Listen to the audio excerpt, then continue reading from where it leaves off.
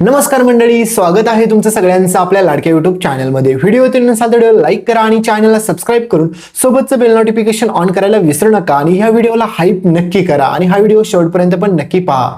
आजीला किडनॅप करणाऱ्या मल्लिकाचं सर्वांसमोर फोडलं समर राजवाडेंनी थोबाड, तर स्वानंदीने आणला सर्वांसमोर मल्लिकाचा आणि अंशुमनचा खरा चेहरा. तर नक्की काय घडतं त्याला संपूर्ण अपडेट जाणून घेऊया. तुम्ही पाहिलंच असेल मित्रांनो की आपली आजी आता फायनली सुखरूपरित्या वाचलेली असते, पण त्या पाठीमागे मात्र सगळ्यात मोठी चाल आणि हात कोणाचा असतो म्हणजे ही मल्लिका आणि सोबतच मात्र अंशुमन. ह्या दोघांनी एवढं मोठा मास्टर माइंड प्लॅनिंग केलेलं असतो ना की काही सांगायलाच नको. आणि त्यांना असं वाटत असतं की आता ते सुखरूपरित्या वाचतील आणि आता त्यांना कोणी काही करू शकणार नाहीये. पण हा असतो त्यांचा सगळ्यात मोठा गैरसमज. कारण की पुढे स्वानंदीच्या हाती सगळ्यात महत्त्वाचा पुरावा सापडतो, तो म्हणजे मात्र मल्लिकाची अंगठी त्या रिक्षात पडून राहिलेली असते. आणि त्याच गोष्टीमुळे मात्र आता स्वानंदीला मल्लिका आणि अंशुमनवरती डाऊट येतो. त्याच्यासाठी स्वानंदी आता सगळीकडे जाऊन चौकशी करत असते. आणि सगळ्यात महत्त्वाचं, आता मल्लिका खोटंही बोलू शकत नाही. कारण की मल्लिका देखील आता पुढे तुम्ही पाहाचाल की मल्लिका सांगते की मला काय माहीत माझी अंगठी तिथे कसं काय आली आणि आईंना मी स्वतः का किडनॅप करू, माझा आणि आईंचा काय संबंध आहे की मी त्यांना किडनॅप करू. कारण की मी आईला किडनॅप करून मी तुमच्याकडूनच पैसे का लुबाडू, मला काय करायचं ह्या सगळ्या गोष्टी करून. समर आज तर हद्दच पार केली स्वानंदीने, ते पण माझ्यावरती संशय घेऊन. त्याच्यामुळे मला आता ही गोष्ट अजिबात पण सहन होत नाही. कारण की माझा मुलगा आणि मी काय चोर वाटतोय का तुम्हाला, असं मल्लिका म्हणायला लागते. आणि त्याच्यानंतर तुम्हाला माहितीच आहे काय होणार आहे. ही मल्लिका रडणार आणि सगळं काही गोष्टी विसरल्या गेल्या असं तिला वाटेल. पण मित्रांनो, आता कहाणीत सगळ्यात मोठा ट्विस्ट येतो. कारण की समरला पण आता मल्लिकावरती डाऊट यायला सुरुवात होते. पण आता मल्लिका काकूच्या समोर समर राजवाडे म्हणतो की मी बोललो होतो ना स्वानंदी मॅडम तुम्हाला की काकू अशा कधी करणारच नाही, त्याच्यामुळे तुम्ही हे सगळं खूप चुकीचं केलं, तुम्ही काकूंचं मन दुखवायला नको हवं होतं. आणि एकीकडे मल्लिकाला वाटत असतं की आपण ते सगळे पैसे लुबाडले, सगळ्या गोष्टी घेतल्या म्हणजे आपल्याला आता कोणी पकडू शकत नाही. पण मित्रांनो, हा मल्लिकाचा सगळ्यात मोठा गैरसमज असतो. ती अंगठी तर मल्लिका काकूचीच आहे, त्याच्यामुळे काही जरी झालं ना तरी मल्लिका काकूंनी किती जरी माझ्यापासून सत्य लपवायचा प्रयत्न केला ना तरी मी शांत बसणार नाही. तर एकीकडे मात्र अंशुमन आणि मल्लिका दोघेजण देखील पूर्ण घाबरून गेलेले असतात. त्यांना वाटत असतं की आता हे संकट तर टळलं, पण पुढचं संकट किती भयानक येऊ शकतं ना याचा काहीच म्हणजे नियम नाहीये. त्याच्यामुळे काही जरी झालं तरी ह्या स्वानंदीच्या हाती काय लागतं का बरं. तर पुढे मात्र ही मल्लिका आता काही जरी झालं ना तरी पण एकच गोष्टीचा विचार करत असते. मल्लिका म्हणत असते की आता मला स्वानंदीचं लक्ष कुठेतरी डायव्हर्ट केलं पाहिजे. म्हणजे स्वानंदीने जर हे प्रकरण जास्त उचलून धरलं तर स्वानंदी नक्कीच तळापर्यंत पोहोचेल. आणि जर स्वानंदी तिथपर्यंत पोहोचली तर समर तर मला काही सोडू शकत नाही. कारण की तुम्हाला माहितीच आहे की समरला आजीच्या बाबतीत कुणी अशा गोष्टी केल्या तर त्या कधी सहन होत नसतात. त्याच्यामुळे आता मल्लिका म्हणते की असं काय करू जेणेकरून समरचं लक्ष पूर्णपणे ह्या प्रकरणातून बाजूला जाईल. दुसरीकडे मात्र अंशुमन म्हणत असतो की मॉम असं काहीतरी कर जेणेकरून त्या स्वानंदीच्या हाती काही लागलं नाही पाहिजे, नाहीतर त्या स्वानंदीला जर काही समजलं ना तर आपण संपलोच म्हणून समज. तर आता ही दोघेजण पण प्रचंड घाबरलेले असतात. तर समरचा त्याच्या काकूवरचा विश्वास कमी झालेला नसतो.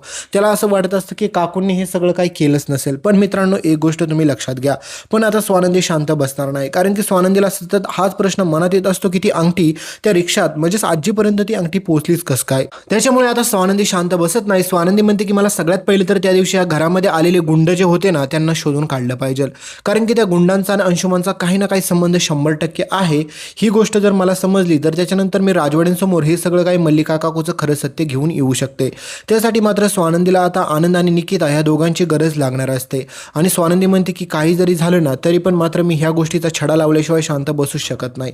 तर समर म्हणत असतो की स्वानंदी मॅडम जाऊ द्या ना, झालं ती गोष्ट सोडून द्या, कारण आपली आजी सुखरूपरित्या आहे ना हेच महत्त्वाचं आहे. आणि त्याच्यानंतर तुम्ही पण असं काही करू नका जेणेकरून तुम्हाला पण कोणी किडनॅप करू शकतं किंवा तुम्हाला पण काही देखील करू शकतं. त्याच्यामुळे प्लीज तुम्ही या प्रकरणापासून लांबच राहा.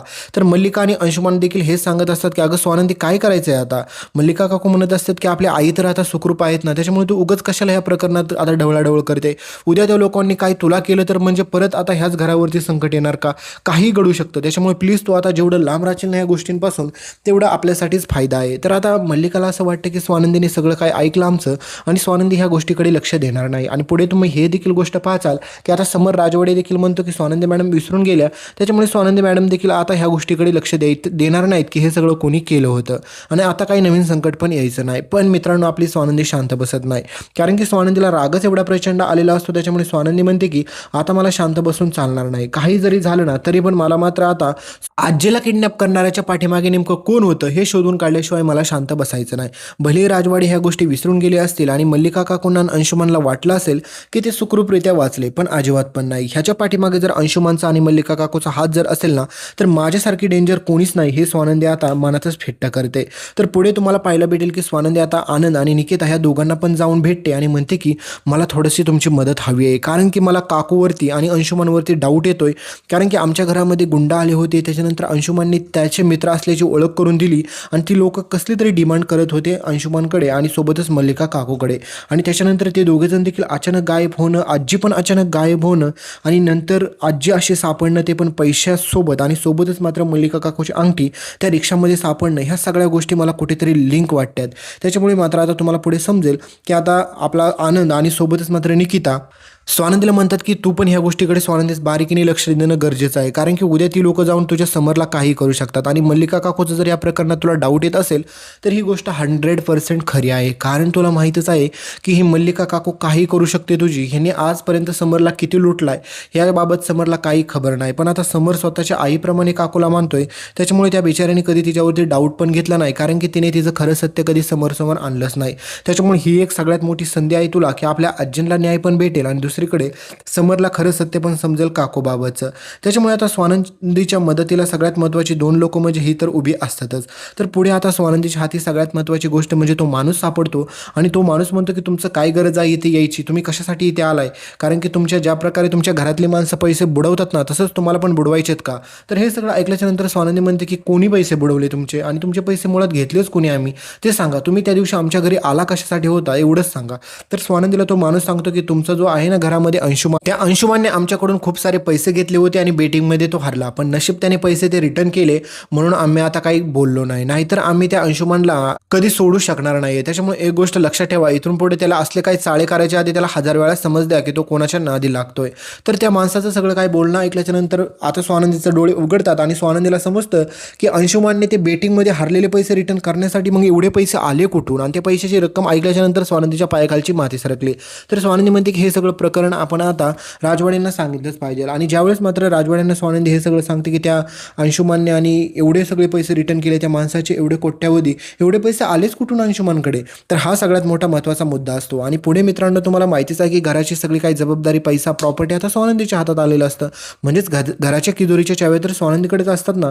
त्याच्यामुळे स्वानंदी म्हणते की मग घरातून पैसे तर आपल्याकडून घेतले नाही, मग एवढे पैसे अंशुमानने दिले कसं काय.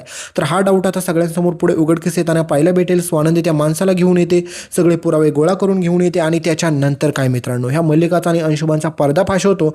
आणि मित्रांनो त्याच्यानंतर समर राजवाडीचे डोळे उघडतात की गेले एवढे दिवस स्वानंदी मॅडम मला हेच समजावून सांगत होतात की मल्लिका काकू आणि अंशुमान चांगला नाही, पण या ठिकाणी मित्रांनो मी आजपर्यंत चुकलो स्वानंदी मॅडमला ओळखायला. आणि त्यावेळेस मात्र अंशुमानची सर्वांसमोर स्वानंदी आणि समर राजवाडी धुलाई करतात, ह्याला पुढे पोलिसांच्या ताब्यात देताना पण तुम्हाला पाहायला भेटेल. पण ह्या ठिकाणी मल्लिका सगळ्यात मोठा गेम खेळते आणि म्हणते की माझा असा मुलगा नालायक निघेला असं मला वाटलं नव्हतं, समर यांनी काय काय केलं ह्याला आत्ताच्या आता पोलिसांच्या ताब्यात दे, असं कर तसं कर. म्हणजे ही मल्लिका काकू तर वाचलीच ना मित्रांनो, कारण की सापडतो अंशुमान, कारण की मल्लिका सगळं काय अंशुमानवरती ढकलते आणि त्याच्यानंतर अंशुमान ॲक्सेप्ट करतो, कारण की अंशुमानला वाटतं की याच्या अगोदर पण मी असं केलंय, त्याच्यामुळे दादानी मला काहीच केलं नाही. तर भेटूया पुढच्या अपडेटमध्ये. तुम्हाला दिसत असेल पिलग्रिमचा ऑइल बॅलन्स जेल फेसवॉश, तर हा फेसवॉश तुम्हाला टॅग प्रोडक्टमध्ये दिसत असेल तर याला खरेदी करायला अजिबात पण विसरू नका आणि तुम्हाला आवडणारे कोणतेही प्रोडक्ट तुम्ही इथून खरेदी करू शकता.